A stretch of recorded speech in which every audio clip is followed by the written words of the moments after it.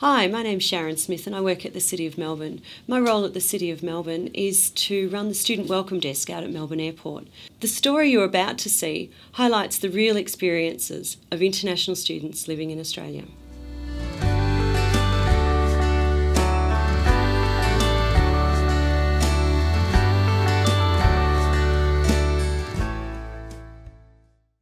I am not an Australian, but I have an Australian story. My name is Ishaku Lemu Haruna, and I'm from Nigeria. I'm a father. Back home in Nigeria, I work with a state university, and I'm from Gombe State in Nigeria, a very small state in Nigeria, really. My wife and I got married like last year, and in January this year, I left Nigeria for Australia. I came here because I won a scholarship. There's this scholarship program carried out by Australians called the Australian AIDS for Africa. So I won the scholarship and I left Nigeria in January. My wife was 8 months pregnant when I left. It's a scholarship, so I can't really like postpone it and all that. I have to come, and 1 month after I'm here, they called me to tell me my wife delivered a baby bouncing boy. Well, I've not seen him yet, yeah, but I see him in pictures every now and then, and they said he looked like me.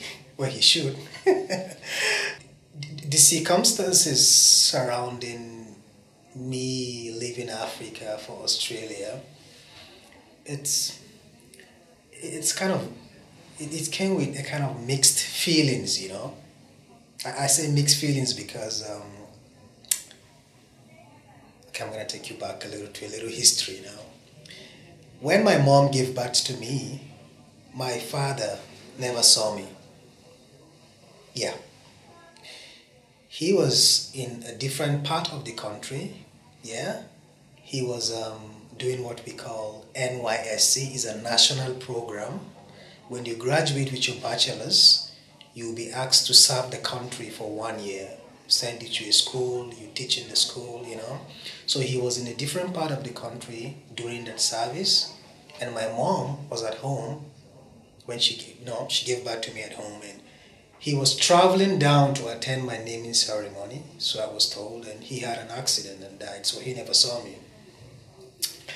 Now when I left, when I was about to leave Nigeria in January, I told him my wife was pregnant, and you know, people who know me and my mom were a little bit worried, you know, thinking about what happened in the past. My dad never saw me, and here am I leaving, and my son is going to be given, I know, my wife is going to deliver, and I'm not going to be there to see my son and all that. So it was, you can imagine the atmosphere.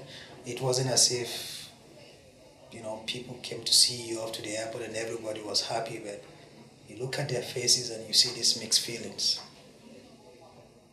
Yeah, but I told them what Arnold Schwarzenegger would always say in his movies: I'll be back. Yeah. My first time of experiencing the fact that by 8:45 p.m. in the month of January, you could actually see the sun still up there. Look, I was really scared when I saw that the first day I came. I thought it was rapture or something that was happening, really. I was really scared. In fact, I got so scared that I wanted to call my family and tell them, look, there's something strange happening here, but I just realized that as at that point in time, I didn't even have an Australian phone number, so I can't call. I just said a little prayer and sat down there. At the beginning, there are a lot of, you know, adjustment issues, you know, trying to adjust with the academics, the cultural thing.